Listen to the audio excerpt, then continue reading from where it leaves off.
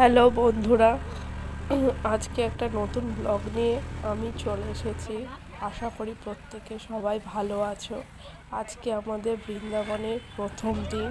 এখন বিকেল 4টে বাজে। আমরা দুপুরবেলায় রেস্ট নিয়ে তারপরে আমরা পার্সোনাল গাড়ি করে বেরিয়ে পড়েছি। তো এটা আমাদের প্রথম মন্দির দর্শন বৃন্দাবনের।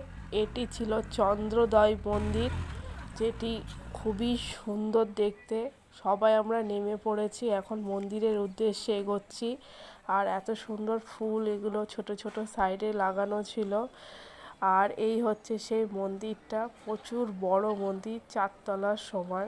প্রচুর এরিয়া নিয়ে মন্দিরটা তৈরি হয়েছে। আর ভিতরটা এত সুন্দর, খুবই সুন্দর লাগছে। ঠাকুরের মূর্তিটা খুবই সুন্দর দেখতে। আর বাইরেটা পুরো এরকম ঝর্ণা দিয়ে সাজানো ছিল। তো পুরো ভিউটা তোমাদের সাথে শেয়ার করলাম।